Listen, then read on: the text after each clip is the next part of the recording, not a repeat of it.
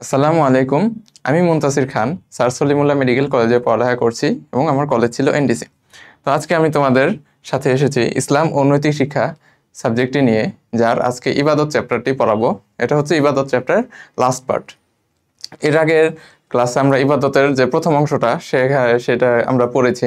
সেখানে আমরা কি জেনেছি যে ইবাদত বলতে কি বোঝায়, এরপর কি কি ইবাদত আছে, নামাজ, রোজা, এরপর হজ, জাকাত, এই সব ইবাদতগুলোর কি ফজিলত, এরপর এগুলোর হচ্ছে সামাজিক সুফলতা, এরপরে কি হচ্ছে যেগুলোর নিয়ম কানুন, এ সকল বিষয়গুলো জেনেছি।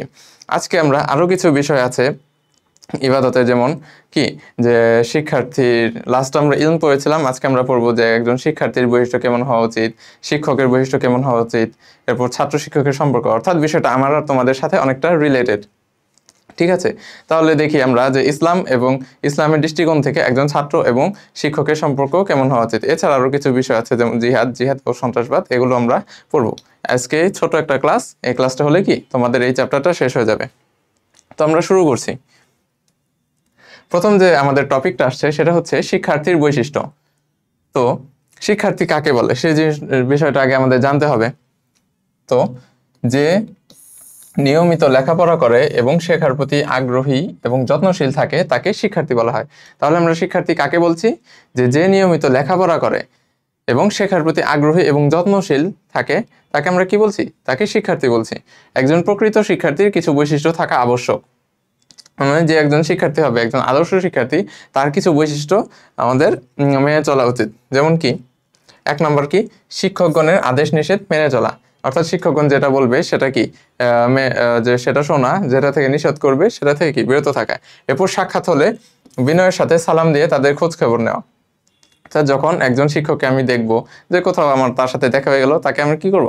আমার উচিত যে আগে তাকে আমার সালাম দেওয়া, যেটা বর্তমান সমাজের শিক্ষার্থীরা কি প্রায় ভুলেই গেছে বললে চলে। সমাজে এই জিনিসটা অনেক কম হয়। তারা কি করে, শিক্ষককে দেখলে মুখ লুকিয়ে চলে যায়। কেন? তাকে সালাম দিক, তাকে সালাম দেওয়া উচিত আমাদের। সালাম দিয়ে তার খোঁজ খবর নেওয়া, বা অ্যাটলিস্ট সালামটা দেওয়া, এই জিনিসটা ন্যূনতম ভদ্রতার মধ্যে পড়ে। এরপর কি, শিক্ষক যা শিক্ষা দেন তা মনোযোগ সহকারে শোনা এবং পালন করা। পরবর্তী কাজ হচ্ছে শিক্ষক যা শিক্ষা দেন তা মনোযোগ সহকারে শোনা এবং পালন করা। সবসময় শিক্ষকগণের সাথে নম্র, ভদ্র ও উত্তম আচরণ করা।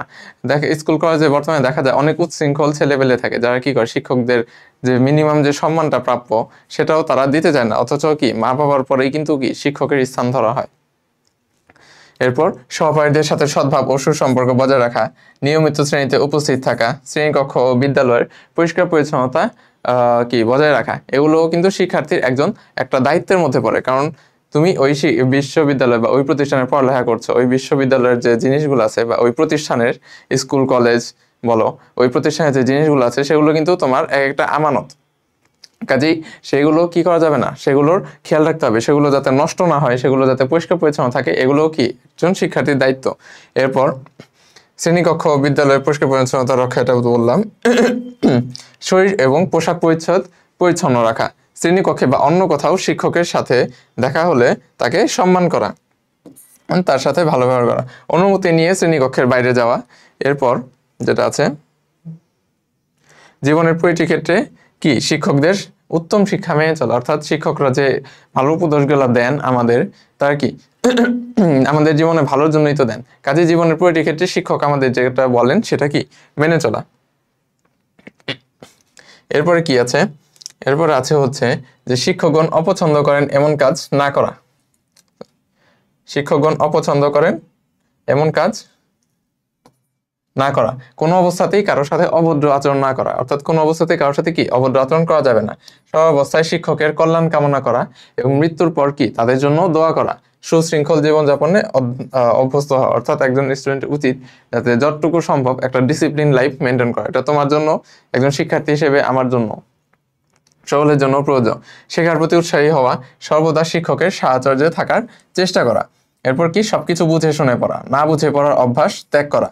শিক্ষক শ্রেণীকক্ষে যা পাঠদান করবেন সেটা কি লিখে নেওয়া। প্রতিদিনের পড়া নিয়মিতভাবে আয়ত্ত করা এবং পরের দিনের পড়া পূর্বের দিন দেখে ক্লাসে যাওয়া।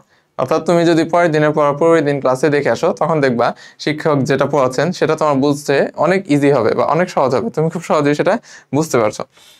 ইমাম শাফি রহমতুল্লাহ আলাই ছাত্রের বৈশিষ্ট্য সম্পর্কে তার শিক্ষক আল্লামা ওয়াকি রহমতুল্লাহ আলাইকে জিজ্ঞেস করলে তিনি বলেন, ছাত্রের একমাত্র বৈশিষ্ট্য হলো সকল পাপ কাজ বর্জন করা। ছাত্রের একমাত্র বৈশিষ্ট্য কি? সকল পাপ কাজ বর্জন করা। আর ইমাম শাফি রহমাতুল্লাহ আলাইহির তার শিক্ষককে আল্লামা ওয়াকি রহমাতুল্লাহ আলাই, এই জিনিসটা একটু জানতে হবে আমাদের। তো পরবর্তী টপিকে যাই, কালারটা চেঞ্জ করি।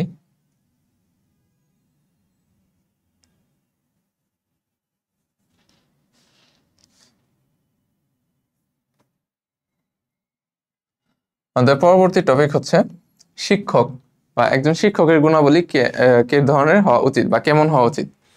তো যিনি আমাদের শিক্ষা দেন তিনি কি শিক্ষক, যিনি আমাদের বিভিন্ন কিছু, এই যে আমরা স্কুল কলেজে শিক্ষকরা আমাদের কি করছেন, বিভিন্ন বিষয়ে শিক্ষা দিচ্ছেন, কাজে শিক্ষক।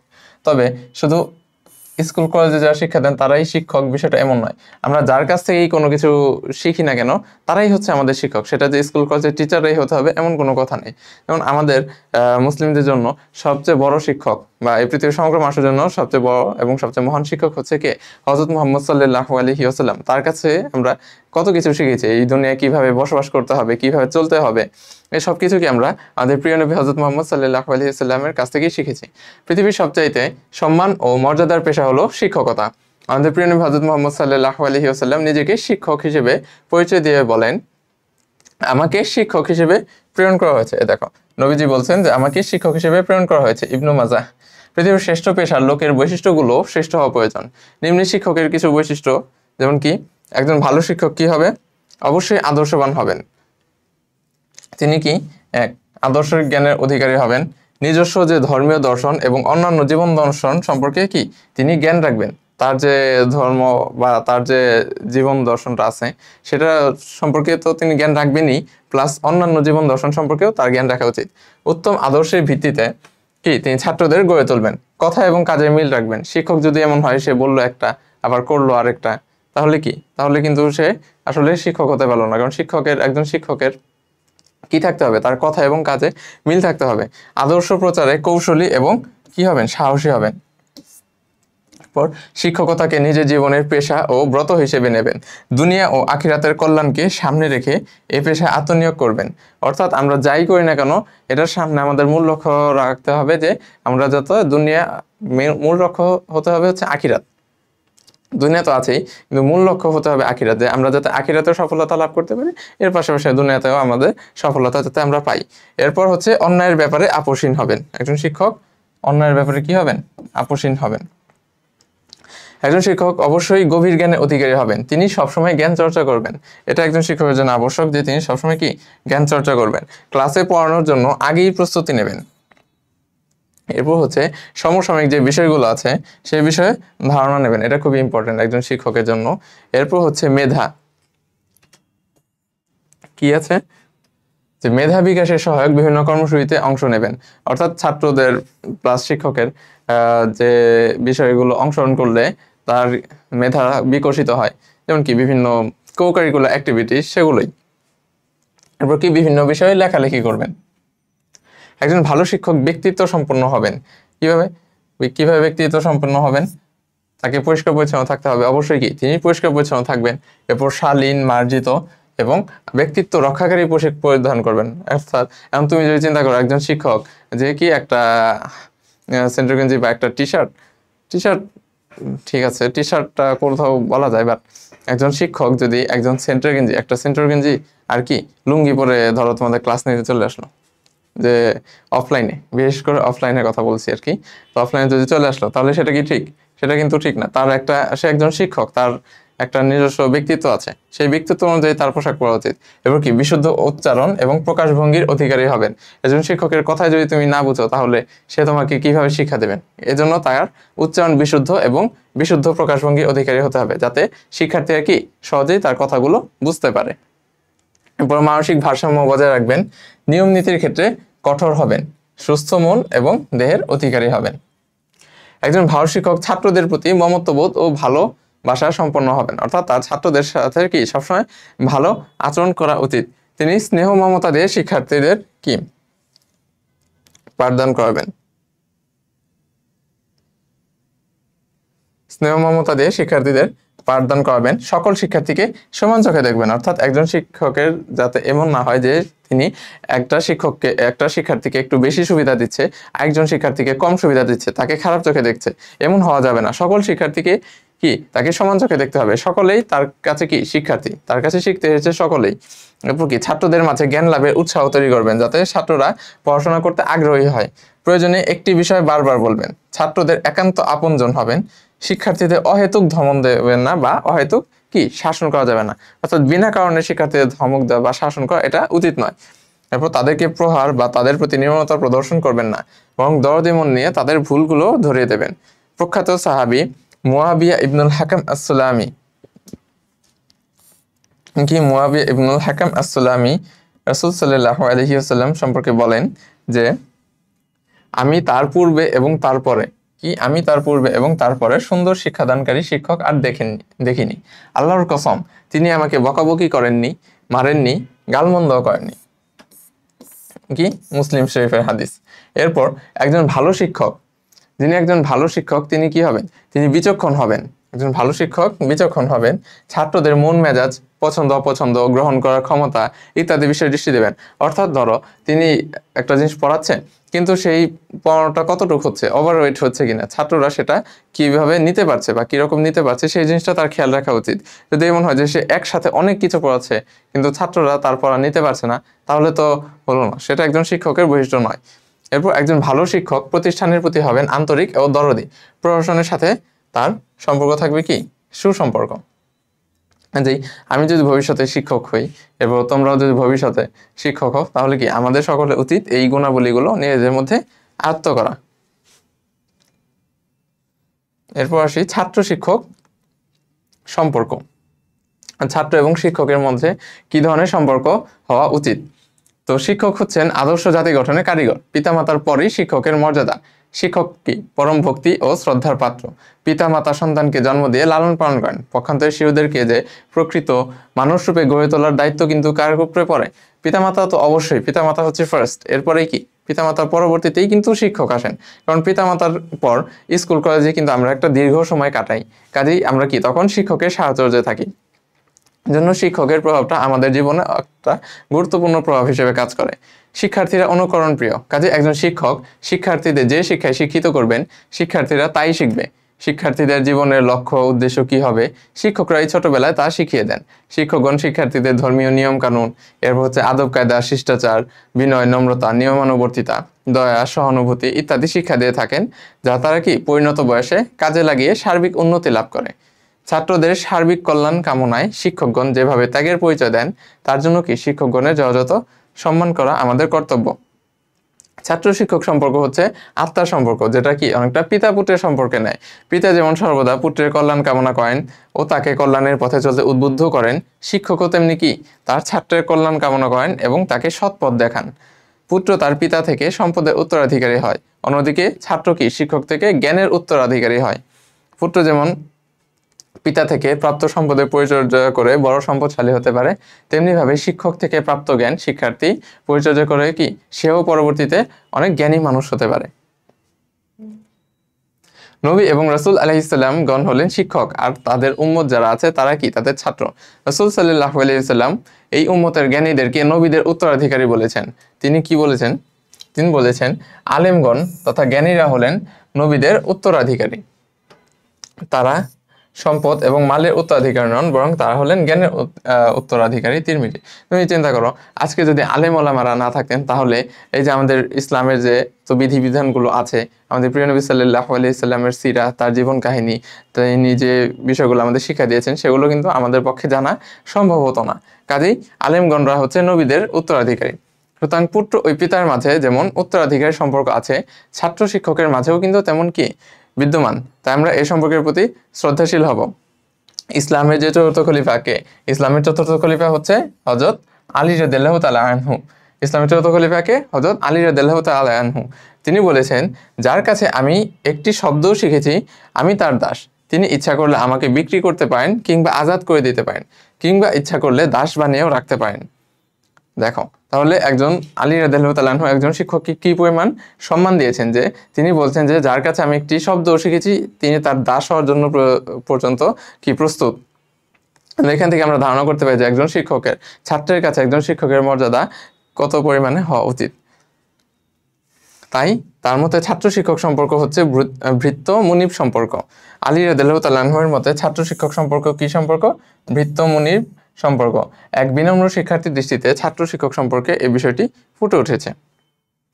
তাই ছাত্র শিক্ষক সম্পর্ক হবে সুন্দর, যেখানে কি অকৃত্রিম শ্রদ্ধা, স্নেহ এবং কি ভালোবাসা বিরাজ করবে। পরবর্তী টপিকে আসি আমরা, শিক্ষা এবং নৈতিকতা। শিক্ষা হচ্ছে জাতির মেরুদণ্ড। এই শিক্ষা এবং নৈতিকতা কেন দরকার আমাদের? শিক্ষাহীন জাতি মেরুদণ্ডহীন প্রাণীর মতো। সঞ্চিত জ্ঞান এবং অভিজ্ঞতাকে নিজের জীবনে প্রয়োগ করাকে শিক্ষা বলে। তাহলে আমরা কাকে শিক্ষা বলছি? শিক্ষা আমরা সেটাকে বলছি যেটা হচ্ছে আমাদের যে জ্ঞান আছে এবং অভিজ্ঞতা, শুধু জ্ঞান না, শিক্ষার জন্য অভিজ্ঞতাটাও অনেক ইম্পর্টেন্ট। তাহলে জ্ঞান প্লাস অভিজ্ঞতাকে এটা যখন আমরা নিজের জীবনে সফলভাবে প্রয়োগ করতে পারবো, সেটাই হচ্ছে শিক্ষা। যেমন ধরো, আমি যদি নিজে একটা উদাহরণ দিই, এই যে আমি বর্তমানে কি মেডিকেল কলেজে পড়ছি। তো মেডিকেল কলেজ থেকে আমি আপাতত হচ্ছে সেকেন্ড ইয়ারে আছি। আমি কি জ্ঞান আহরণ করছি, এরপরে ওয়ার্ডে গিয়ে থার্ড ইয়ারে বিভিন্ন অভিজ্ঞতা আহরণ করব বা অভিজ্ঞতা অর্জন করব। এই সব কিছু মিলিয়ে যখন আমি ডাক্তার হব, এমবিবিএস পাশ করে বা ইন্টার্নের সময় আমি যখন রোগী দেখব, এগুলো যখন আমি আমার জীবনে প্রয়োগ করব, সেটাই হচ্ছে কি প্রকৃত শিক্ষা। এই শিক্ষা কি মানুষকে প্রকৃত মানুষ হতে সাহায্য করে, মানব হৃদয়কে অজ্ঞতার অন্ধকার থেকে মুক্ত করে জ্ঞানের আলোয় উদ্ভাসিত করে। শিক্ষা বলতে আমরা বুঝি মানুষের শরীর, মন ও আত্মার সমন্বিত বিকাশ সাধন। মানে শিক্ষা বলতে বিশেষভাবে ইসলামী শিক্ষার কথা এখানে বোঝানো হয়েছে। আর যে শিক্ষা ব্যবস্থা ইসলামকে পূর্ণাঙ্গ ও পরিপূর্ণরূপে তুলে ধরা হয়েছে, সেটাকে আমরা কি বলছি? সেটাকে আমরা বলছি ইসলামী শিক্ষা। এক কথায় কোরআন ও হাদিসের আলোকে যে সমন্বিত শিক্ষা, সেটাকে ইসলামী শিক্ষা বলা হয়। সংখ্যা যদি বাই চান্স আসে, যে কোনো একটা দিলেই হবে। তো তবে এটা দেবে ভালো, কোরআন ও হাদিসের আলোকে সমন্বিত যে শিক্ষা, সেটাই হচ্ছে ইসলামী শিক্ষা। এরপর এই শিক্ষা আলোকে কি একজন মানুষ সৎ, চরিত্রবান, খোদাভীরু, দেশপ্রেমিক, দায়িত্বশীল হিসেবে গড়ে ওঠে। ইসলাম শিক্ষার মূল উৎস আমরা কয়টা জানি? মূল উৎস জানি দুটি। ইসলাম শিক্ষার মূল উৎস হচ্ছে দুটি। একটা কি? আল কোরআন। এই কোরআনে মানব জাতির জন্য যা কিছু প্রয়োজন সবকিছু কি মহান আল্লাহ তাআলা বর্ণনা করেছেন। আল্লাহ তাআলা বলেন, মা ফাররাতনা ফিল কিতাবি মিন শাইই। কিতাবে, কোরআনে আমি কোনো কিছুই আমি বাদ দিইনি। সূরা আল আনআম আয়াত 38। এই আয়াতটা আমরা প্র্যাকটিস করতে পারি, ছোট আয়াত। অন্যত্র আল্লাহ তাআলা কি বলেন? অন্যত্র আল্লাহ তাআলা বলেন, ওয়ানাজ্জালনা আলাইকাল কিতাবা তিবিয়ানাল সেটা বোঝা যাচ্ছে না, তিবিয়ানাল লিকুল্লি শাইই। আর আমি তিবিয়ানাল লিকুল্লি শাইই, সরি, তিবিয়ানাল লিকুল্লি শাইই। আর আমি সকল বিষয় বর্ণনা দিয়ে আপনার ওপর কি কিতাব বা কোরআন অবতীর্ণ করেছি। এখানে আল্লাহ সুবহানাহু ওয়া তাআলা কি বলছেন? যে আর আমি সকল বিষয় বর্ণনা দিয়ে কি আপনার উপর কোরআন বা কিতাব অবতীর্ণ করেছি। সূরা আন-নাহল আয়াত কত? 89। তাহলে এটাই হচ্ছে একটা উৎস, যেটা বা একটা মূল উৎস। এর পরবর্তী আরেকটা উৎস যেটা, সেটা হচ্ছে কি আল হাদিস। রাসূল সাল্লাল্লাহু আলাইহি সাল্লামের বাণী, কাজ ও মনোসম্মতি কি হাদিস। এই হাদিস সম্পর্কে আমরা বিস্তারিত কিন্তু দ্বিতীয় অধ্যায়ে পড়েছি। এটা হচ্ছে ইসলামী শিক্ষার দ্বিতীয় উৎস। হাদিসের গুরুত্ব সম্পর্কে মহান আল্লাহ তাআলা বলেন, আর রাসূল তোমাদের সাল্লাল্লাহু আলাইহি ওয়াসাল্লাম তোমাদের যা দেন তা তোমরা গ্রহণ করো, আর যা থেকে তোমাদের নিষেধ করেন তা থেকে কি তোমরা বিরত থাকো। সূরা আল হাশর আয়াত 7। কোরআন ও হাদিস ব্যতীত ইসলাম ধর্ম বিষয়কদের ঐক্যমত যেটা আছে, ইসলামী ধর্ম বিষয়কদের আলেমদের ঐক্যমত, সেটা কি বলে? ইজমা। এবং তাদের যে সাদৃশ্যমূলক অভিমত, সেটা হচ্ছে কিয়াস। ইসলামী শিক্ষা যথাক্রমে কি তৃতীয় এবং চতুর্থ উৎস। তাহলে ইজমা হচ্ছে তৃতীয় এবং তাদের যে সাদৃশ্যমূলক অভিমত তথা কিয়াস হচ্ছে চতুর্থ উৎস। যেমন মুসলমানের ব্যক্তি জীবন থেকে শুরু করে জীবনের সর্বস্তরে কি আল্লাহ তাআলার যে বিধিবিধান মেনে নেওয়া এবং তার সন্তুষ্টি অর্জন করাই হচ্ছে কি ইসলামী শিক্ষার উদ্দেশ্য। তাহলে ইসলামী শিক্ষার উদ্দেশ্য কি হবে? যে একজন মুসলমান তার ব্যক্তি জীবন থেকে শুরু করে জীবনের সকল ক্ষেত্রে কি করবে? আল্লাহ সুবহানাহু ওয়া তাআলার বিধিবিধান মেনে নেবে। সেটাই হচ্ছে ইসলামী শিক্ষার উদ্দেশ্য। মূলত ইসলামী শিক্ষার ভিত্তি হচ্ছে কি তাওহীদ। মূলত ইসলামী শিক্ষার ভিত্তি হচ্ছে তাওহীদ, আল্লাহ তাআলার একত্ববাদ। এরপর হচ্ছে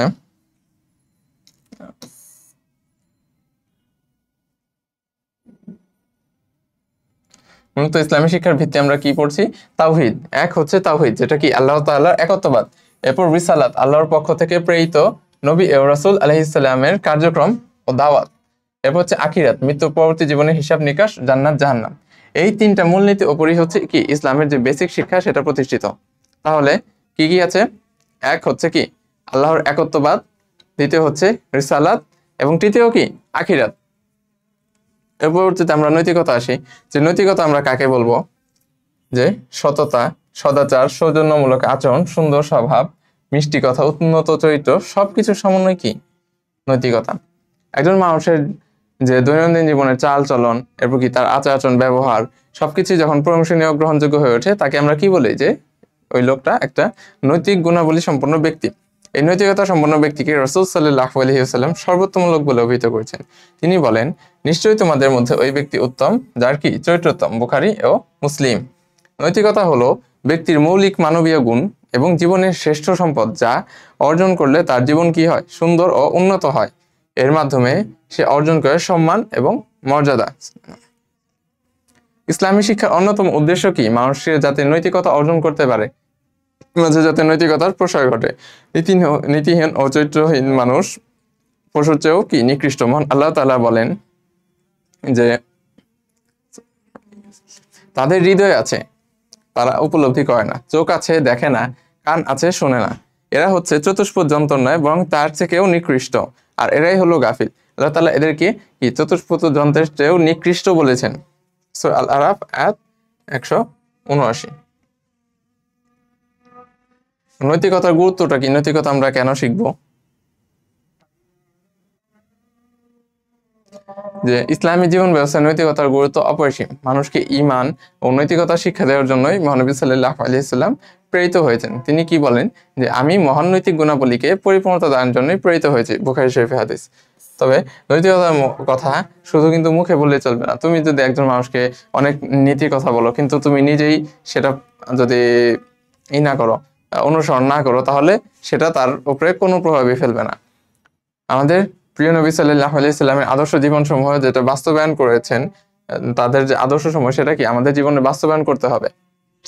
মহানবী হযরত মুহাম্মদ সাল্লাল্লাহু আলাইহি সাল্লাম নীতিবান লোককে পরিপূর্ণ মুমিন হিসেবে অভিহিত করে বলেন যে চরিত্রের বিচারে যে লোকটি উত্তম, মুমিনদের মধ্যে সেই কি পূর্ণ ঈমানের অধিকারী। তিরমিজি। মানুষের নৈতিকতা যত উন্নত হবে, সে তত উত্তম মানুষে পরিণত হবে। এভাবে সে আল্লাহ তাআলা রাসূল সাল্লাল্লাহু আলাইহি সাল্লামের প্রিয় পাত্র হয়ে উঠবে। মহানবী হযরত মুহাম্মদ সাল্লাল্লাহু আলাইহি সাল্লাম কি বলেছেন? তিনি বলেছেন যে তোমাদের মধ্যে সেই লোকটি আমার নিকট অধিক প্রিয় যার আখলাক বা নৈতিকতা কি সবচাইতে সুন্দর। বুখারী শরীফের হাদিস। এমনি ভাবে জনক ব্যক্তি হযরত মুহাম্মদ সাল্লাল্লাহু আলাইহি সাল্লাম এর নিকট জানতে চাইলেন যে মহান আল্লাহ মানুষকে অনেক কিছু দান করেছেন, এর মধ্যে সবচেয়ে মূল্যবান সম্পদ কোনটি? তখন রাসূল সাল্লাল্লাহু আলাইহি সাল্লাম বললেন যে সবচেয়ে মূল্যবান সম্পদ হলো সুন্দর চরিত্র। কাজে আমাদের উচিত যে রাসূল সাল্লাল্লাহু আলাইহি সাল্লামের প্রিয় পাত্র হওয়ার জন্য, আল্লাহ সুবহানাহু ওয়া তাআলার সন্তুষ্টি অর্জন করার জন্য উত্তম চরিত্রের, সুন্দর চরিত্র অর্জন করা, উত্তম নীতি নৈতিকতা কি করা? অনুসরণ করা, আমাদের জীবনে বাস্তবায়ন করা। এখন যে টপিকটা আসছি সেটা হচ্ছে জিহাদ, যেটা কি ইসলামী শরীয়ত বলি, ইসলামী শরীয়তের একটা অন্যতম গুরুত্বপূর্ণ টপিক। তো জিহাদ হচ্ছে একটা আরবি শব্দ যার আবিধানিক অর্থ হচ্ছে পরিশ্রম, সাধনা, কষ্ট, চেষ্টা। ইসলামী পরিভাষায় জান, মাল, আমল, লেখনী, বক্তৃতার মাধ্যমে সত্য এবং ন্যায় প্রতিষ্ঠায় আল্লাহর দ্বীনকে ইসলামে সমুন্নত করাই হলো জিহাদ। অর্থাৎ একদম শর্টকাটে যদি বলতে চাই, তাহলে আল্লাহ তাআলার জমিনে আল্লাহ তাআলার যে আইন বা আল্লাহ তাআলার দ্বীন প্রতিষ্ঠা করার জন্য যত রকম যে চেষ্টাগুলো আছে বা সংগ্রামগুলো আছে, সেটাকে কি বলা হয়? সেটাকে জিহাদ বলা হয়। জিহাদ হচ্ছে একটা ব্যাপক অর্থবোধক শব্দ। পৃথিবীর যা কিছু উত্তম সেটাই কি আল্লাহ তাআলার সন্তুষ্টি, আর আল্লাহর সন্তুষ্টির জন্যই কি শুধুমাত্র জিহাদ। আল্লাহ তাআলা বলেন তোমরা আল্লাহর পথে জিহাদ করো যেভাবে জিহাদ করা উচিত। সূরা আল হজ আয়াত ৭৮। বস্তুত সত্য এবং ন্যায়ের পক্ষে, অসত্য অন্যায়ের পক্ষে বিরুদ্ধে সব ধরনের চেষ্টা, শ্রম, সাধনাই হলো জিহাদ। ইসলামের দৃষ্টিতে জিহাদ ৩ প্রকার। আমাদের ইসলাম শিক্ষা অনুযায়ী ইসলামের দৃষ্টিতে জিহাদ কত প্রকার? 3 প্রকার। একটা হচ্ছে বলা হয়েছে স্বীয় নফসের বা প্রবৃত্তির বিরুদ্ধে জিহাদ করা, যেমন হযরত মুহাম্মদ সাল্লাল্লাহু আলাইহি সাল্লাম বলেছেন যে প্রকৃত মুজাহিদ সে ব্যক্তি যে আল্লাহর আনুগত্য করার ব্যাপারে কি নিজের নফসের সাথে জিহাদ করে। মুসনাদে আহমদ শরীফের হাদিস। প্রকৃত মুজাহিদ হচ্ছে সে ব্যক্তি যে আল্লাহর আনুগত্য করার ব্যাপারে নিজের নফসের সাথে জিহাদ করে। অর্থাৎ আমার নফস সবসময় কি করছে, আমাকে খারাপ কাজ করতে উৎসাহিত করছে, কিন্তু আমি কি ঠিক করেছি না আমি খারাপ কাজ করব না, এই খারাপ কাজ করলে আমার গুনাহ হবে। এই যে নফসের সাথে নিজে একটা যুদ্ধ, এটাই কি, এটাকে এক ধরনের জিহাদ বলা হয়েছে। এরপর আরেকটা হচ্ছে জ্ঞানের সাহায্যে জিহাদ করা। এরূপ জিহাদকে পবিত্র কোরআনে জিহাদে কাবীর বা বড় জিহাদ বলা হয়েছে। যেটা কি, যে সুতরাং আপনি কাফিরদের আনুগত্য করবেন না এবং আপনি কোরআনের সাহায্যে তাদের সাথে প্রবল জিহাদ চালিয়ে যান। আর তৃতীয়ত হচ্ছে ইসলামের শত্রুদের বিরুদ্ধে যুদ্ধ করা। এটা হচ্ছে জিহাদের সর্বোচ্চ স্তর। তাহলে জিহাদের সর্বোচ্চ স্তর কোনটা? ইসলামের শত্রুদের বিরুদ্ধে যুদ্ধ করা। কেউ ধর্মদ্রোহী হয়ে ইসলামের বিরুদ্ধে আঘাত আনলে তার বিরুদ্ধে যুদ্ধ করা, এটা কি প্রত্যেক মুসলমানের ওপর ফরজ হয়ে যায়। এটা হচ্ছে জিহাদের সর্বোচ্চ স্তর। এখন জিহাদের গুরুত্ব কি? যে জিহাদ হচ্ছে একটা ইসলামী আমল, জীবনের সকল ক্ষেত্রে দ্বীনের বৈশিষ্ট্যসমূহ রক্ষা করা এবং ইসলামের যে বিধিবিধান এবং অনুশাসন মেনে চলা একজন মুমিনের দায়িত্ব। ভাবে এই দ্বীনের ওপর যাতে কেউ আঘাত না করতে পারে, এই দ্বীনকে ধ্বংস করার জন্য কেউ যাতে কিছু করতে না পারে, এই দ্বীনকে রক্ষা করার দায়িত্ব কিন্তু কি আল্লাহ তাআলা আমাদের ওপর সঁপে দিয়েছেন। কাজে এই দ্বীনকে রক্ষা করার জন্য কি করতে হবে? এই জিহাদ আমাদের জন্য গুরুত্বপূর্ণ। তো শান্তির জন্যই জিহাদ বান্দাকে মানবীয় কুপ্রবৃত্তি ও শয়তানের প্ররোচনা থেকে মুক্ত করে একনিষ্ঠভাবে আল্লাহর অনুগত বানিয়ে দেওয়াই হচ্ছে জিহাদের উদ্দেশ্য। জিহাদের ফজিলত সম্পর্কে রাসূল সাল্লাল্লাহু আলাইহি সাল্লাম বলেছেন যে আল্লাহর পথে যে বান্দার দুপায়ে ধুই লাগে তাকে জাহান্নামের কি আগুন স্পর্শ করবে না। বুখারী শরীফের হাদিস। পরবর্তী টপিকটা হচ্ছে জিহাদ এবং সন্ত্রাসবাদ। জিহাদ এবং সন্ত্রাসবাদের মাঝে বেসিক পার্থক্যটা কি? সন্ত্রাসবাদ বলতে আমরা বুঝি যে পার্থিব কোনো লাভের আশায়, এই জিনিসটা খেয়াল রাখতে হবে যে সন্ত্রাসবাদ বলতে আমরা কি বুঝি, যে পার্থিব কোনো স্বার্থ লাভের আশায় বিশৃঙ্খলা ও তাণ্ডব লীলার মাধ্যমে জনসাধারণের মধ্যে আতঙ্ক সৃষ্টি করা এবং তাদের ক্ষতি করা। যেটা কি পার্থিব যদি কোনো একটা স্বার্থের জন্য হাসিল করা হয়, সেটা হচ্ছে সন্ত্রাসবাদ। ইসলামিক জ্ঞানের স্বল্পতার কারণে এক শ্রেণীর লোক জিহাদ ও সন্ত্রাসকে এক করে ফেলেছে, যেটার কিন্তু উভয়ের মাঝে কি বিস্তর তফাৎ বিদ্যমান। মঞ্চ বলা যায় যে একটা বিপরীত। কিভাবে? সন্ত্রাসবাদ কেন হয়? সন্ত্রাসবাদ মানুষ কেন করে? যাতে মানুষকে ভয় দেখিয়ে মানুষকে লুটপাট করতে পারে, এরপর রাজ্য দখল, সম্পদের লোভ, খুন খারাপি, লুটতরাজ, অন্যায়, রক্তপাত, এগুলোর মাধ্যমে কি করে মানুষ? সন্ত্রাসবাদ করে এগুলোর জন্যই, যাতে অন্য মানুষকে নিজের গোলাম করতে পারে। অন্যদিকে জিহাদ কি? জিহাদ মানুষকে, এখানে কি বলা আছে, যে মানুষকে মানুষের দাসত্ব থেকে মুক্ত করে আল্লাহর দাসত্বে নিয়ে আসা এবং জুলুম ও শোষণের অবসান ঘটিয়ে ইনসাফ ও ন্যায় সুশীতল ছায়াতলে নিয়ে আসাই জিহাদের উদ্দেশ্য। তাহলে জিহাদের উদ্দেশ্য কি? যে মানুষকে মানুষের যে দাসত্ব আছে সেখান থেকে মুক্ত করে আল্লাহর দাসত্বে নিয়ে এসে জুলুম ও শোষণের অবসান ঘটিয়ে ইনসাফ ও ন্যায় সুশীল ছায়াতলে নিয়ে আসাই হচ্ছে জিহাদের উদ্দেশ্য। এটা কিভাবে? ধরো যখন আমরা আল্লাহ তাআলার আইন প্রতিষ্ঠার জন্য জিহাদ করব, বা যারা জিহাদ করছে বর্তমানে বিভিন্ন পৃথিবীর বিভিন্ন ভূখণ্ডে, তারা কি করে? পৃথিবীর সব যে দুনিয়ার যত প্রচলিত নিয়ম আছে, মনুষ্য সৃষ্ট নিয়ম আছে, সবগুলোতেই কিন্তু দিন শেষে দেখা যায় যে মানুষকে মানুষের গোলামি করতে হচ্ছে। কিন্তু যখন আল্লাহর আইন প্রতিষ্ঠিত হবে আল্লাহর জমিনে, তখন কি আমরা কোনো মানুষের গোলামি করব না। আমরা কি আল্লাহ সুবহানাহু ওয়া তাআলা যে বিধানগুলো দিয়েছে, অর্থাৎ আমাদেরকে যিনি তৈরি করেছেন, আমরা শুধু তার গোলামি করব। কারণ আল্লাহ তাআলা কি, আমরা আল্লাহ তাআলার গোলাম, আমরা তো কোনো মানুষের গোলাম না। কাজেই এই জন্যই কি জিহাদ মানুষকে কি করছে? মানুষের দাসত্ব থেকে মুক্ত করে দিচ্ছে। আর আল্লাহ তাআলার আইন ছাড়া পৃথিবীর কোনো প্রচলিত ব্যবস্থায় কোনো মানুষকে ইনসাফ বা প্রকৃত যে সুবিচার সেটা নিশ্চিত করতে পারে না। এই জন্যই জিহাদ প্রয়োজন। আল্লাহ তাআলা বলেন যে আর তোমরা তাদের বিরুদ্ধে সংগ্রাম করতে থাকবে যতক্ষণ না ফিতনা দূরীভূত হয় এবং আল্লাহর দ্বীন সামগ্রিকভাবে প্রতিষ্ঠিত হয়। সূরা আল আনফাল আয়াত 39। পক্ষান্তরে সন্ত্রাসবাদের উদ্দেশ্য কি? অন্যায়ভাবে রক্তপাত করে রাজ্য জয়, ক্ষমতা দখল, সম্পদ অর্জন করা, লুটতরাজ, খুন খারাপের মাধ্যমে কি নিজের শ্রেষ্ঠ কর্তৃত্ব প্রতিষ্ঠা করা। ইসলাম জিহাদের মাধ্যমে মুসলমানদের রক্তপাত করতে শিখায়নি, বরং ইসলাম যে জিহাদের কথা বলে তাতে কি মানবতার দিক নির্দেশনা দেয়। মুসলমানদের কোনো জিহাদেই নিরপরাধ সাধারণ লোকজনের ক্ষতি হয়নি। মুসলমানরা যারা জিহাদ করে তারা মুসলমানরা একজন প্রকৃত মুসলিম যাদের বিরুদ্ধে জিহাদ করবে সে হচ্ছে আসলে প্রকৃত মানবতার শত্রু। মুসলমান কখনোই কোনো নিরাপদ মানুষের বিরুদ্ধে জিহাদ করে না। রাসূল সাল্লাল্লাহু আলাইহি সাল্লামের জীবদ্দশায় তিনি প্রায় কত 100 এর কাছাকাছি জিহাদে প্রত্যক্ষ এবং পরোক্ষভাবে অংশগ্রহণ করেছেন, এবং সবগুলো জিহাদ মিলিয়ে উভয় পক্ষে 500 এর কম লোকের প্রাণহানির ঘটনা ঘটেছে বলে ইতিহাস সাক্ষ্য দেয়। তাহলে দেখো যে ইসলামী আইন প্রতিষ্ঠা করার সময় কি হয়েছে, যে সব মিলে মাত্র 500 এর কম লোক মারা গেছে। আর এই যে সমাজতন্ত্র গণতন্ত্র এগুলো প্রতিষ্ঠার সময় কত লাখ লাখ, জোসেফ স্ট্যালিনের কথা তোমরা জানো, ইতালির মুসোলিনি, এদেরকে তোমরা চেনো, মাও সেতুং এর কথা চেনো, এরা কত লাখ লাখ বা কোটি কোটি মানুষকে যে হত্যা করেছে তার কোনো হিসাব নেই। বর্তমান যুগে জিহাদের নামে যেভাবে বোমাবাদী এবং খুন খারাপি নিরীহ লোকজনকে হত্যা করানোর জন্য তৈরি করা হচ্ছে, তার সাথে ইসলামের কোনো সম্পর্ক নেই, এটা সন্ত্রাসী নামান্তর। উপরোক্ত আলোচনা বাস্তব ইতিহাস পর্যালোচনা করলে আমরা তাহলে কি দেখতে পাই, যে উপরের যে আলোচনা যদি আমরা একটু পর্যালোচনা করি, তাহলে যে জিহাদের সন্ত্রাসবাদের কোনো স্থান নেই, এবং জিহাদের সাথে কি সন্ত্রাসবাদের যে পার্থক্য সেটা কি আশা করি আমরা তোমাদেরকে বোঝাতে পেরেছি। সুতরাং আমরা ইসলামের প্রকৃত শিক্ষা ও ইতিহাস জেনে জিহাদ ও সন্ত্রাসবাদের মাঝে পার্থক্য অনুধাবন করার চেষ্টা করব, এবং জিহাদ কি শুধুমাত্র এক আল্লাহ সুবহানাহু ওয়া তাআলার সন্তুষ্টির জন্যই, আর কারোর জন্য না। তাহলে আজকের ক্লাসটা এই পর্যন্তই। এই ক্লাসের মধ্য দিয়ে তোমাদের তৃতীয় যে চ্যাপ্টারটা ছিল সেটা শেষ হলো। পরবর্তীতে আমরা চতুর্থ চ্যাপ্টার শুরু করব। চতুর্থ এবং পঞ্চমটা শেষ করে আমরা যে কিছু সৃজনশীল এমসিকিউ যেগুলো আছে তোমাদের এসএসসি পরীক্ষার জন্য সেগুলো আমরা প্র্যাকটিস করবো ইনশাআল্লাহ। তো আসসালামু আলাইকুম।